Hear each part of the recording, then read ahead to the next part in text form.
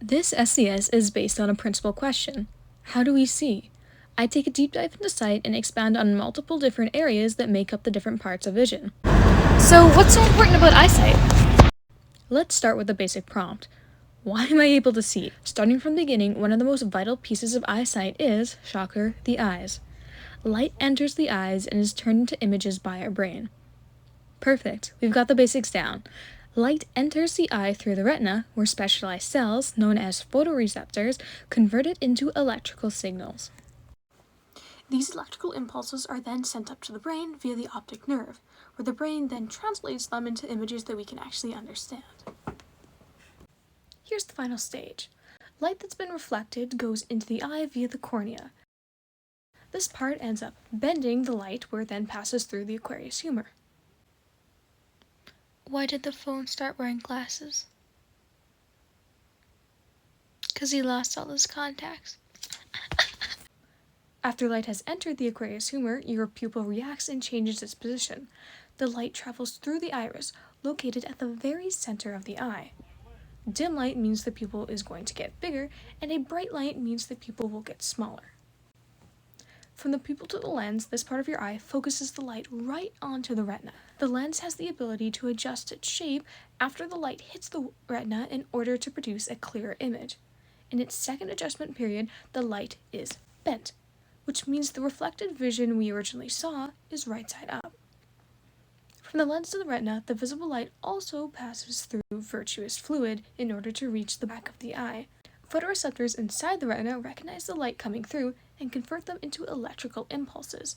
Photoreceptors are made of rods and cones. These lights hit the sweet spot of the retina, known as the macula or the focal point. The electrical impulses created by the photoreceptors are taken in by nerves, which travel to the optic nerve. The optic nerve sends the impulses to the occipital lobe of the biggle brain, which translate the information into what we're seeing now. So I've explained the process of how we see and how the eye actually works. However, I've also mentioned a bunch of junky terms with no further explanation. So without further ado, let's go into the anatomy of the actual eye itself. Alright, here we go. Now we have a beautiful slideshow presentation on the anatomy of the eye. Starting off strong, we have the cornea. The cornea is responsible for bending reflected light. It completely covers the eye and is based off of a dome-like structure. You can see it here, and there it is, and it is completely transparent. Again, just some more examples where you can really see the transparent dome-shaped structure just along there, and as in the photos before, you can see how it kind of pops or bubbles off the front of your eye, which doesn't sound really pleasant, but... Next up, we have the pupil. The pupil is a hole in the center of your eye. It's defined by the little black dot you can see there, and it's responsible for opening and closing when you see different forms of brightness. Again, and then just a diagram here, it's showing you the pupil. Next up is the iris. The iris is really cool because there are many different colors that come with it. It's the colored part of your eye. You can have blues, you can have greens, you can have browns, and even sometimes some purples in rare cases. The iris is just completely made out of muscle, and it actually controls the pupil. It contracts in bright and expands in the dark, and it's the muscle that allows the pupil to open and close. So again, just some more defined images pointing directly to that part there. I like the iris. I think they're really pretty. And then again, just some comparison. Iris, pupil, sclera. We'll get more into this. And then next up, we're going to be looking at the aqueous humor. The aqueous humor is responsible for keeping the shape of the cornea, and there's also something called the aqueous chamber. And aqueous humor, that's just the fluid that's inside of it. It's a plasma-like fluid, and it just helps the cornea keep its shape. It keeps the eye very well nourished, as you can see. Very nourished, very good. If you have dry eye, that often means that your aqueous humor, you have just not enough of that fluid in there. And by taking eye drop supplements or by eating certain foods, you can get it right back up to health. Okay, next up we're going to be taking a look at the lens. Like the cornea, the lens is completely transparent and it's actually behind the pupil. Other diagrams showed it better, but you could see the pupil part right there. But this bad boy is the lens, and it allows light to fall behind to the retina here. And it acts like a camera. Again, this one's better. You can see the cornea there, and then aqueous humor, and then the lens there, and then the light will travel, hit the retina, hit our focal points, travel through here up to the brain. And then next we're going to be taking a look at the retina. The retina is extremely light sensitive. It lines the back of the eye. I'm not very sure how well you can see it, but there's almost a little yellow line here, and that is completely the retina. And it transmits light into electrical impulses to then be converted into images from the brain. The retina transmits light and turns it into electrical signals, and it's then put down to the optic nerve, and then it's out of there to the brain to see some images. Okay, next up we're going to be taking a look at the virtuous humor. So, kind of like the aqueous humor, the virtuous humor sits inside the virtuous chamber, and it just kind of holds this fluid as well. The virtuous humor fills the center of the eye, and it's all that empty space in there. It's also made of a jelly-like material here. I personally would not try it. These are a lot more appetizing than it actually is here, so this is just the comparison. It's jelly-like, it's kind of got that little squiggly, squishy feeling. I've had to feel this before, so I'm just like, Next up, we're going to be taking a look at the optic nerve. Later in the video, I'll also be discussing more about the optic nerve, just because it's so just like incredibly complex and there's so much more to it. Just for a base definition here, the optic nerve is at the very back of the eye here, and it is made of hundreds and thousands of nerve fiber bundles. And like I mentioned in the retina, it carries these electrical signals that it produces up to the brain, where we process those images and then we end up seeing. And these are just some more detailed images. The optic nerve directs directly to the eye, and there's actually a little opening in our skull that it goes through. Okay, next we're going to be taking a look at the photoreceptors. So the photoreceptors are incredibly rods and cones, and they're small and they're little and they're just so and these are specialized cells that help transmit and convert light. They're found on the retina of your eyes, and as you can see there's a lining, there's a thin membrane lining on the retina there, and there's little dots, little disms, but anyways, just for more enlarged images from there to there, they're what help make up the lining, and they're just really sensitive nerve cells. This is one of the reasons why the retina is just so sensitive to light. They use the light that comes in from the eye and turn them into these electronic signals to be sent to the brain. I've said this 1,000 times, but these guys, they understand the shapes and the colors of the different light that passes through, and just helps get the message across to the brain. And again, these are just some more specialized images. These are rods. Rods help us define shapes. They help us define objects and shadows. And the cone cells, they help us define color, like our blues and our whites and our purples. I'll go into more depth in this later in the video, but I just think those are kind of cool. Okay, next we're going to go for the macula. So the macula is kind of I'll say this again, the sweet spot of the eye. It's like your focal point, and it's located right there. When light comes through the eye, that's what we want it to hit. This is what is going to focus and concentrate that light to create the best possible images. And then this right here, that is the connector, the little connecting hole to the optic nerve. And there's kind of a little grayish, darker spot in the eye. That's the macula. That's what we want the light to hit, and it's going to just give us the finest details. Okay, next up we're going to have the ciliary body, and that is this part right here. The ciliary body is actually another muscle. This muscle is located right behind the lens here. And this muscle is responsible for helping focus the iris as well. And as you can see here, this one, it looks a lot more like the typical muscle that we're used to, and we can see that it's able to constrict and contract. And the next up is the sclera. So I don't know if you noticed this or not, but right here, all this white stuff, yeah, that's the sclera. That's the white part of your vision. That's the white eye. Sclera can come in many different forms. It can change over time. It can start to yellow. It can turn red if inflamed or puffy or irritated. And it's made of fibrous tissue.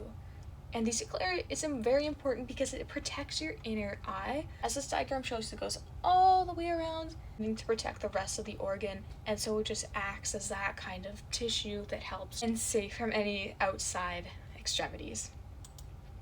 Okay, and that is just a little crash course on the anatomy of the eye. If there's ever anything in the video that you're not really sure about, you can just skip back to this section, and there should be just the plain old definitions here, and these are the more important parts of the eye that I picked out. There are so many functions, there are so many things to look up. I have like a sheet full of different things, and I just had to cut so many out and just put the most relevant and the most important parts on here. And that is the anatomy of the eye.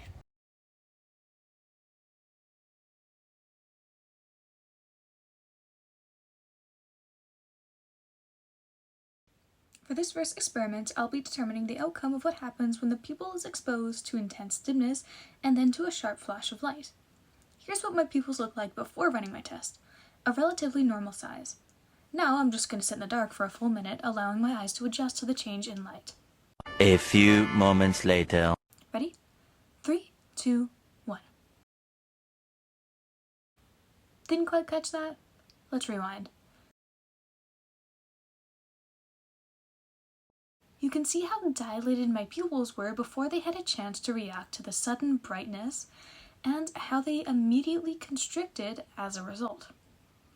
Putting the three images side by side, it's easy to understand the differences between them and how light affects the pupils. So let's talk a little bit about the optic nerve and the occipital lobe. So let's take a little bit of a deep dive into the optic nerve. The optic nerve is the connector between the eyes and the brain. When eyes pick up light, your optic nerve translates these signals into images the brain can process. It does this by processing these messages and creating pictures that make up our vision. The optic nerve is also known as the cranial nerve. It's part of the central nervous system. There are 11 other cranial nerves, however, they're part of the peripheral nervous system, and they're two entirely separate things. Cranial nerves are very important because they connect directly to the brain. So let's look at some anatomy of the optic nerve. First up is the optic canal. This is the bony opening that your optic nerve resides in. It acts as an opening between the skull and brain for the nerves to enter through. It also acts like a shield from any other outside elements. Next is the optic chiasm. This is the point where the optic nerves come together, and the fibers can intertwine in order to combine information received from the retinas.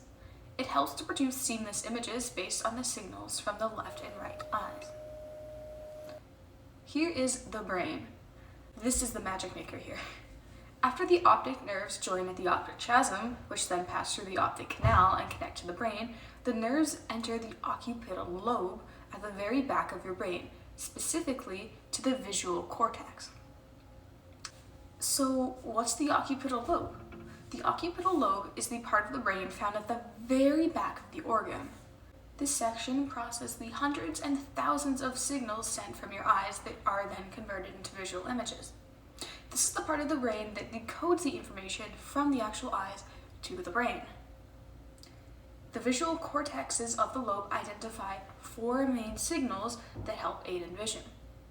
These 4 main signals are called spirital vision, color processing, distance and depth, and last but not least, object and face recognition. The first one is your color processing ability. This is your ability to see the differences between multiple color aspects as they appear on the visible light scale. Next up is distance and depth. This is your ability to perceive and understand the depth perception or distance of objects. Let's say this is here, this is me, I understand there's depth between these two, and I can understand the relative sizes. Next up is object and face recognition, and the title kind of just describes it all. It's your brain's ability to understand what you're seeing and to recognize that, hey, this is that and that is this. Let's say, for example, this little weird Lego ornament that my brother made. I'm looking at it and I understand that this is an object. My eyes communicate to my brain properly, and there's no miscommunication in the signals being fired through the optic nerve. The last and the longest one is called the parietal vision. This is how we identify shapes, textures, and details based on what the occipital lobe processes from the eye. It's dependent entirely on the amount and quality of the photoreceptors within the eyes. This is the ability to see focused and clear images. This is largely defined by light, as with darker and more shadowed areas will result in the eyes being unable to clearly see images. For this portion of the video, I'll be discussing color and how light plays a huge part in it. Light is the fundamental part on how we see, and it's important to understand how it ties in with seeing your reds to blues. So, what is light? Light is radiation, which is a kind of energy that flows in waves. There are many different kinds of light that sit on something called the electromagnetic spectrum. The electromagnetic spectrum kind of serves as the cheat sheet for the different types of radiation, classified by wavelength and frequency. There are 7 types of this radiation, however we can only see visible light, so it's kind of the most relevant to this topic. Visible light is the portion of the electromagnetic spectrum that the human eye can understand. Our eyes can detect wavelengths from up to 380 to 700 nanometers. For example, blue is around 620 nanometers and red is around 600 nanometers. If we take that into account, we can understand that, Okay, perfect. Now we understand the basic concept of light. So, how does our brain process the color that comes along with it? So our eyes translates light into color by utilizing its light receptors in the retina. These are called cones, as mentioned previously. These recognize different wavelengths of light and helps the eye and brain piece it together as a color. This is why we're able to recognize different colors from one another, and it also plays a huge role in, not being able to see certain colors.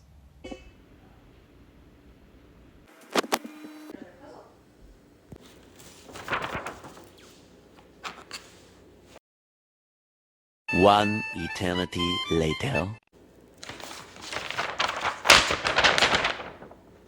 This is because the rods and cones aren't working properly, and there's a variation in the eyes. When an individual is colorblind, one of the most likely reasons is that the rods and cones in the retina aren't functioning as they should. This can mean there aren't as many as there usually is, and because of this, electrical signals sent to the brain can be misinterpreted. This means that if I see, let's say, purple, someone who lacks those rods and cones may see an entirely different color, or just not one at all. The most common kind of color blindness, though, is being red and green colorblind, which means Christmas probably isn't as festive as it is for everyone else. Those suffering from optic nerve damage or even a vitamin A deficiency may see a decreased input of colors just because their eyes aren't functioning as they should be. This is just usually meaning that they're deficient in certain nutrients, and if they're deficient in vitamin A, all they have to do is just pop some more in and they should be good. But if there's anything crucial like the optic nerve or damage to the actual retina themselves, they should probably seek medical advice. For this next experiment, I want you to pull out the flashlight. Right here, we're going to talk about the reflection of light as it comes into the eye. So the first thing I want you to do is grab that flashlight, and shine it directly into your eye. I'm just kidding, don't actually do that. Don't do that. I just wanted to talk about the reflection of light and how it enters the eye. As you might know, if you shine a light source directly into your eye, like, let's say a flashlight, it'll probably hurt. I know that I've had this done before, younger siblings, they come up at you. What happens here is that the light source entering your eye, it doesn't have anything to reflect off of, and your pupil doesn't have enough time to adjust accordingly. All the light you see is reflected. When it enters the eye, it goes through 2 processes. The lens flips it, where it actually flips the image that you see. Light hits an object and then reflects off and hits your eyes, where it then enters through your pupil. Your lens adjusts to this and says, oh hey, wait, I'm seeing some light right now. it adjusts, and then it adjusts again, and then it flips the image, and then you see the object right side up and the uninverted way. For this next section, we're going to be talking about depth perception. This is your ability to judge the size and distance of objects, aka your ability to see in 3D. There are two essential parts to being able to see in depth, and this is binocular and monocular fusion. The difference between the two is mono meaning one and bino meaning two. Monocular vision is just seeing with one eye, and binocular vision is seeing with both. To start us off, there are two essential parts to see in depth. This is called retinal disparity and binocular fusion. Binocular fusion is when you see out of both eyes and they combine to create one single image. Retinal disparity is the differences between the images stimulating each eye. So, for example, if I am covering this eye, I see this. If I cover this eye, I see that, and binocular fusion brings those images together as just one clear picture. You can observe retinal disparity by covering one of your eyes and recognizing the differences you see between each image. For binocular fusion, we also possess something called binocular depth cues. These are the cues in our eyes that allow us to see in 3D, and there's two of them that are essential to this part. The first one is convergence.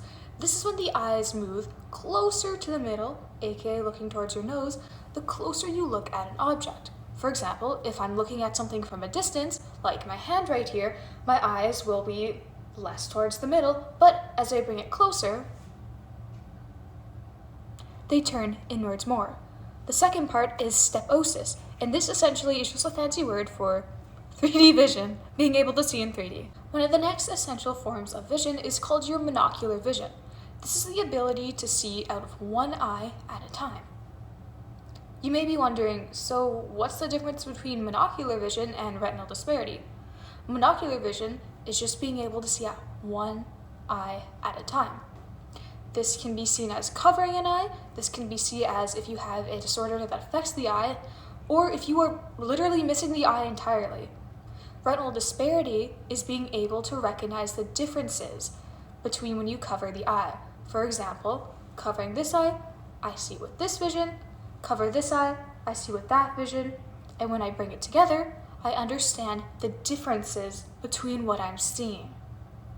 By only being able to see out of one eye at a time, your depth perception is greatly affected. Your ability to recognize certain aspects is limited. This includes relative size, texture, gradients, and just any finer details of an object.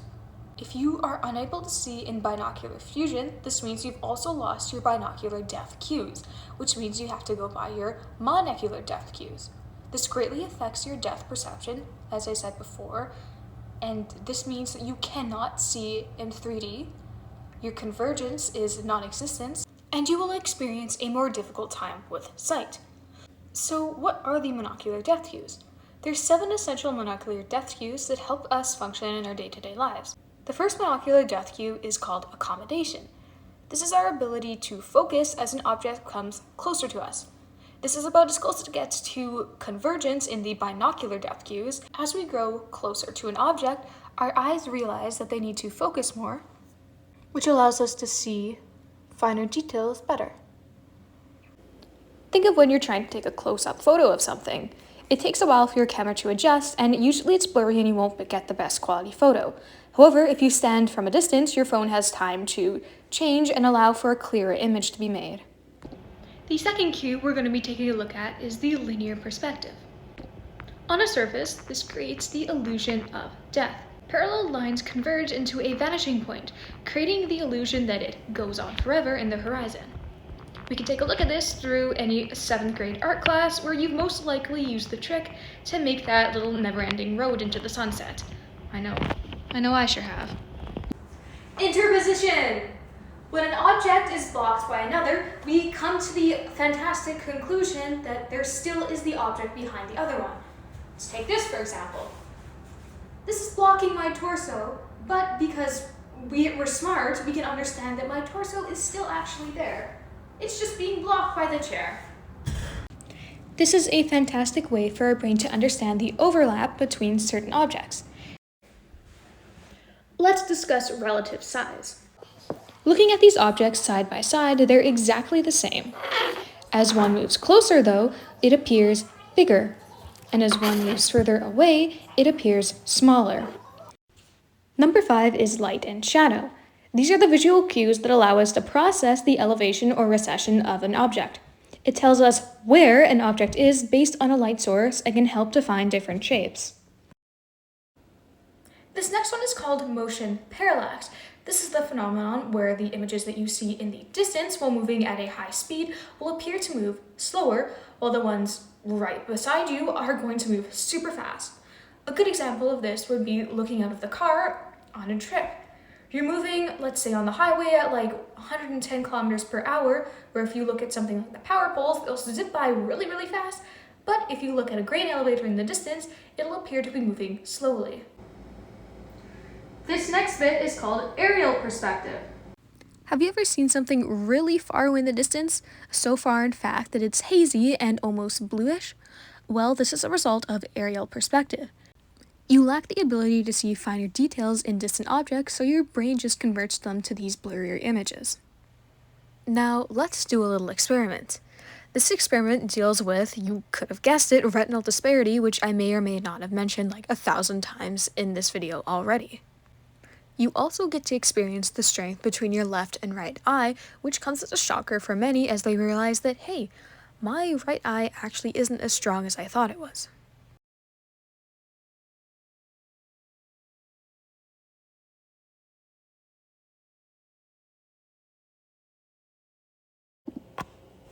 This next section briefly touches on the shape of the eye and how it affects our vision.